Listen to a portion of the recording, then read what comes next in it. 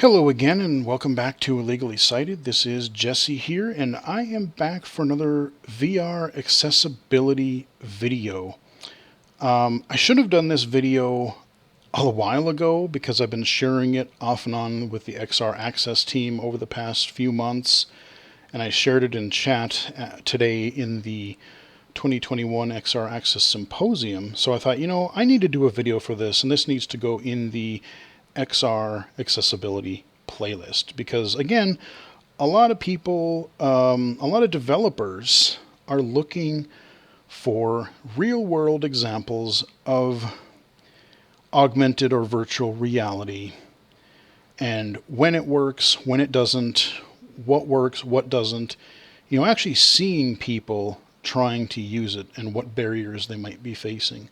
So I want to tell a couple of short stories here about my experiences with virtual reality. So, we're looking at the VR playlist that I have here. I've got several videos, including my presentation that I did for ID24 2017. Definitely check that out.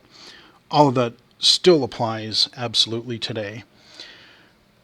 But I want to specifically tell you my first experience with the Oculus Quest. I talked about this a little bit in my Quest review, but I want to mention this specifically for my VR accessibility playlist here. So, I gotten the Oculus Rift when it came out, and there were some challenges setting it up.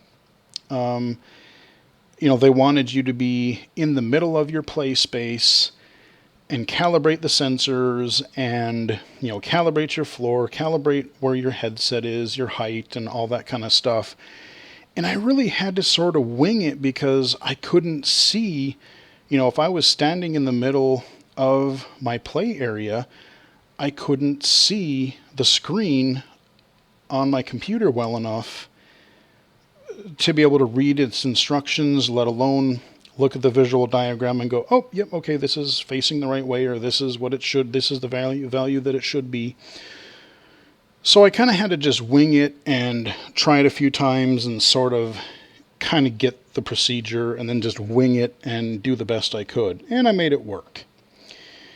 And I wanted to get a standalone headset like the Quest because the appeal of having no wires and being able to freely move around is very appealing. And it is. I've used it. It's very kind of liberating. It's like I can walk around. I don't have to worry about getting tangled in a cord or tripping over it or running out of cable, any number of things. But I knew there was going to be some additional challenges because, again, when I used the Oculus Rift, I had my computer as a mirrored backup. Everything that I was seeing in the headset did get mirrored to the computer monitor in 99% of cases. There were a couple that don't, but mostly they did. So when using the Rift, I had the ability to do a couple of different things. I could, if I couldn't read, let's say, a menu or an option, it was clunky as hell, but I could lift the headset up onto my forehead, so it was still technically on my head, but then I could try to look at I could move forward and look at my computer monitor, possibly turn Windows Magnifier on, hold my headset with one hand, move the mouse with the other hand to pan around the screen. Was it clunky? Absolutely. Is it still clunky and I still have to do it? Yes, I do. And yes, it kind of sucks, but at least it's an option. The other option that I had was I would, let's say it was a menu or it was an option screen. I couldn't read it, but I really, really needed to, choose an option or choose a menu item or adjust an option. I would record a short video because, I'm able to record and capture a video for the channel. So I would record a short video of me just slowly panning, like moving my head around, looking at all of the areas of said screen, be it a menu, an option screen, whatever, inventory, whatever it is I'm looking at. Take off my headset, watch the replay of the video on my flat screen, and then I would be able to look at that with just, on a flat screen, and I could memorize it and go, okay, this option is this option is that. If I want to change the movement sensitivity, it's this. It's like the third one from the top on the left. Again, not elegant, not fun, but doable. The Quest has its own interesting issues. Taking out of the box, believe it or not, was the first issue that I had. Oh yeah, I could take it out of the box. I understood exactly what they wanted me to do. I was able to download the Oculus app from the iOS App Store, no problem. Downloaded it, signed in. I did that. But when I turned the headset on for the first time, when I turned the Quest on for the first time, the very first thing that it had you do is it said, hey, there's a number in the headset, a 4-digit number, I believe. Look at that number, and to pair your device with your phone, enter this 4-digit number into the phone app. Again, very easy in theory. I totally understood what I was supposed to do, but I physically couldn't do it. I put the headset on. It was this black void. There were the numbers right there. I could see that there were numbers there, but I could not read them. They were too small and they were too far away because, a lot of the VR text for menus and UI, they put it at a fixed distance to be like, well, we think this is comfortable for 20/20 vision people, at 3 feet away. Well, if I can't see that small print at 3 feet away, that's a problem. So I tried all kinds of things. Like I tried even like holding my phone up to the headset and then looking at my phone to see if I could somehow get a glimpse, like the camera of the phone would look through the lenses of the headset. Couldn't get that to work. I couldn't get it to see the numbers. And it basically broke down to I had to go, I live in an apartment building, so I literally just grabbed my Quest, went across, and my phone, and I went across the hall to my neighbor, whom I knew at the time, at least a little bit, and I said, I knocked on the door and said, this might seem a little weird, but can you put this headset on and read me the 4 numbers that are in it? Because I can't read them. And she had no problem with it. She did it. She's like, oh, okay, no problem. So I did that, and, after that, boom, it was good. I took the picture, she put it on, she told me the numbers, I had my phone there, I entered the numbers, boom, it was paired. But even just something so simple, like even if you understand the process or the instructions that they want you to do,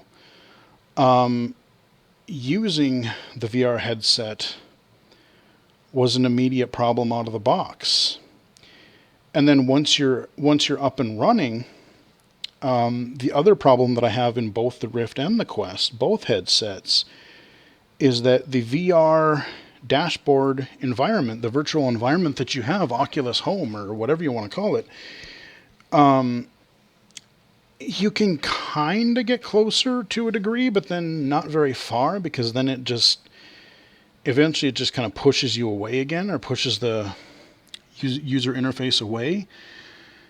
So whether it's on my Rift on the desktop computer or the Quest using my phone, the only prayer that I currently have right now is using a flat screen app to do as much heavy lifting as I can to buy games, search for games, download and install games or apps. On either platform, you can't do the social stuff on the desktop app. You have to be in the headset. So guess what? I don't do any social things on either Rift or Quest because I can't. I can't read it. On the Quest, a lot of there's some basic settings on the iOS app, but a good majority of them seem to be in the headset dashboard interface itself. So again, I'm unable to adjust some settings that would probably be really helpful for me. I would love to try the hand tracking features for games and apps that support it, but even if I wanted to, I currently can't, because I literally cannot see to turn on or off that particular feature. I can't navigate to that. There's been times where there's been like conferences that I've wanted to go to that have used some sort of VR experience, and like you had to go to the web browser and type in a code, and then it would launch the VR app, and then it would, bring you into that particular social space. Again, couldn't do that because I couldn't get to the web browser and read the virtual keyboard well enough, or see, like navigate the website in the headset browser. So screwed out of that too. So, like on an individual game basis, like if I can find a game, if I can find an app or an experience, it's really hit and miss whether an individual app will be playable or usable for me. But where I honestly have the most frustration right now is even just navigating a VR platform's main interface. On Windows, I can use Magnifier, I can use Narrator. On Xbox One or Xbox Series X, if I had one of those, I could navigate again using Narrator or Magnifier. PlayStation 5 has a screen reader and now has a magnifier feature. The Switch doesn't have anything for text-to-speech, unfortunately, but it does have Zoom. And when I use the Switch, guess what? I use it a lot. I use it all the time for navigating the store, the dashboard, whatever. But none of the VR in-headset dashboards that I currently have, whether it's Oculus, Rift or Quest, or Steam VR, none of them have any form of blind or low vision accessibility. So it's a really, like, the only prayer that I have is, again, being able to use the computer desktop app or my phone to do what options they even offer. Because like I said, a lot of them, the features are not, they're only in the headset themselves, like the social features or the settings on the Quest case.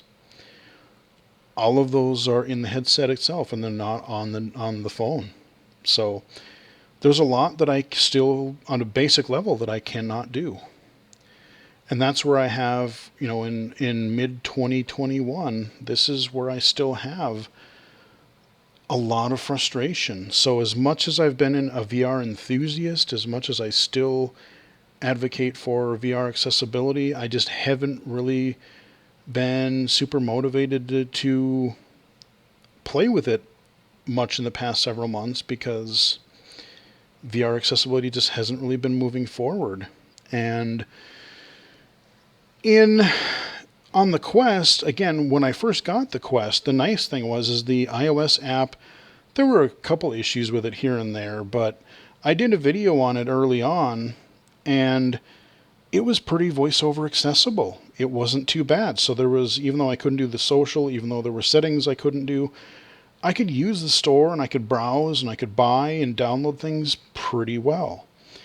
But in the past several months, not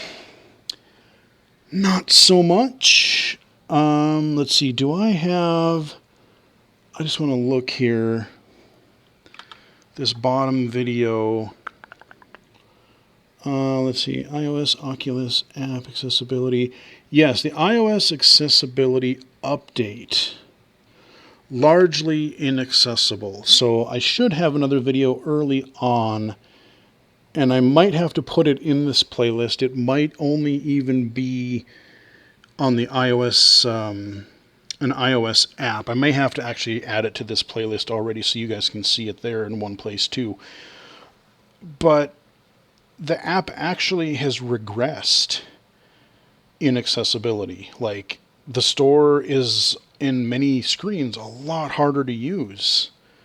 And things either don't speak or speak really strangely. So it's impossible to use a decent chunk of the app effectively with VoiceOver. The only prayer that I have is that I have some usable vision and I can kind of sort of see some things. So like some stuff I can get audibly, but a lot of stuff I just have to kind of guess and memorize what certain things look like. So if I want to look, what are the new releases? I sort of know where that is on the page and I can turn VoiceOver off and tap on it. But again, like these are some real world experiences. I especially wanted to tell the unboxing and first time setup experience for the Oculus Quest, because literally the first thing that they ask you to do, I couldn't do independently. I could download the app, but I could not pair the headset with my phone.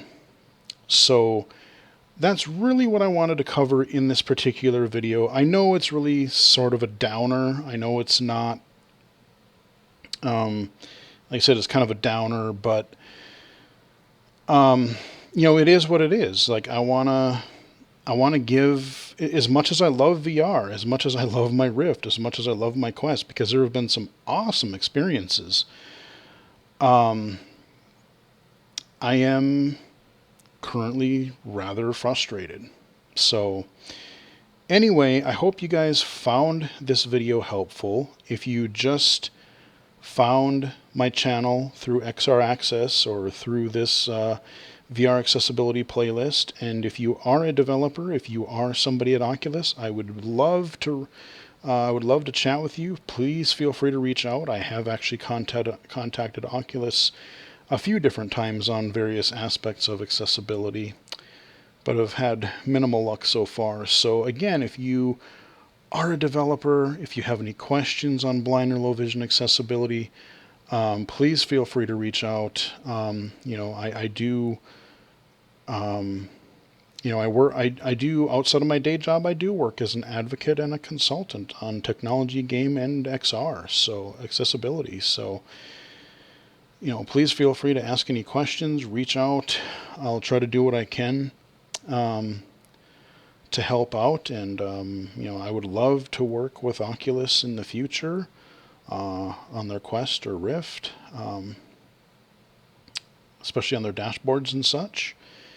But anyway, I hope you guys found this kind of example video helpful.